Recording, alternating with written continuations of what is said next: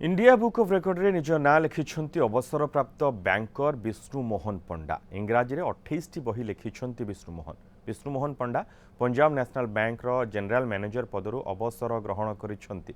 8 वर्ष मध्यरे पर्यटन, संस्कृति, तीर्थयात्रा, जनजाति, क्रीड़ा, ट्रैकिंग, बैंकिंग, धर्म आदि विभिन्न समय 28 टी बही रचना करिछंती। विभिन्न विषय रे ए असाधारण कृतित्व पई विष्णु मोहन को ए सम्मान मिलिछि।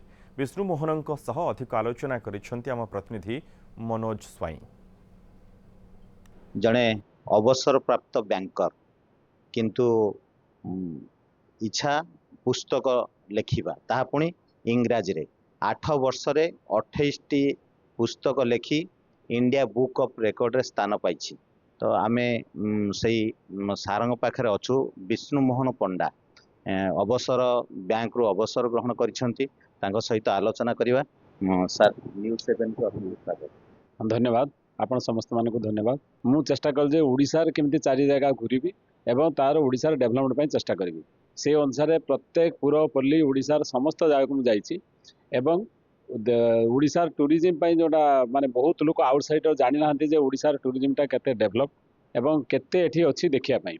सेही पई मो चेष्टा कली जे प्रत्येक डिस्ट्रिक्ट जो जो टूरिस्ट प्लेस अछि ताको सब कवर करिया पई।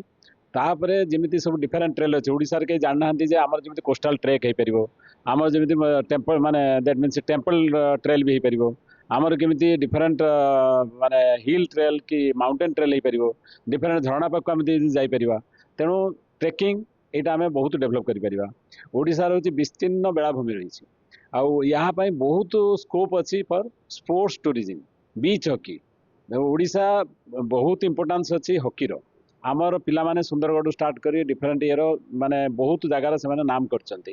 तेणु ओडिशा वर्तमान निजको केमिति प्लेस करिवो बीच हॉकी रो वर्तमान आमे सेटा चेष्टा करिया कथा। इंडिया बुक ऑफ रेकॉर्ड रे जो स्थान पहिला केमिति कोन से actually India Book of Records रो माने मु जो बही लिखिथिली ताकू मु ताकू रिक्वेस्ट मान ताकू पठेइथिल जे actually after retirement of banker practically एते के बैंकर नाहंती जे रिटायरमेंट परे एते बही लिखिचंती डिफरेंट सब्जेक्ट ऊपर काना मु सब डिफरेंट सब्जेक्ट ऊपर लिखिची। बैंकिंग बहुत कम रेदर ओडिशा छत्तीसगढ़ रो एवं different even Buddhist trail, Jain trail, temple trail एवं महिमा रिलीजन ये सब डिफरेंट सब्जेक्ट ऊपर जो लिखिचंती सेरकम बहुत कम लोक अछंती जे कि ये ऊपर लिखिचंती एरकम बही डिफरेंट एरिया को कवर करके। आ मोर मेन एरिया कंसंट्रेशन रही ओडिशा और छत्तीसगढ़ ये दुईटा को आमे केमिति डेवलप करबा। साइड बाय स्टेट अछि जोटार रिच कल्चर अछि, ट्राइबल कल्चर अछि, सुंदर टेंपल अछि, बीच अछि, झरणा अछि। तेणु आमे ये को डेवलप करबा आमे चेष्टा करछे। सेइथि मु चारियाडे घुरुची मोर स्त्री को नहीं कि जदि भी से असुस्थ ताको भी आमे धरि माने ताको मु धरि कि चारियाडे जंगल ठू आरंभ करी समुद्र पर्यंत सब आड़े घूरी बुलचु। जेतेबेले ओडिसा टूरिज्म डेवलपमेंट हम आमे सबू जगह को tourist destination Odisha every place can be A tourist destination, every village can be A tourist destination Odisha because सबू जगार गोटे सुंदर पोखरी अच्छी, सबू जगार मंदिर अच्छी। तेणु आमे जो ताको डेवलप करि परिया प्रति माने माने विलेज प्रति town we can develop every city and village to a tourist destination.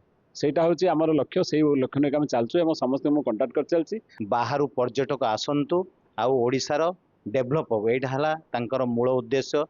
तांको एई रेकॉर्ड मिलिछि सत किंतु तांकर मूल लक्ष्य केमती आमे ओडिसा रो विकास करिबा।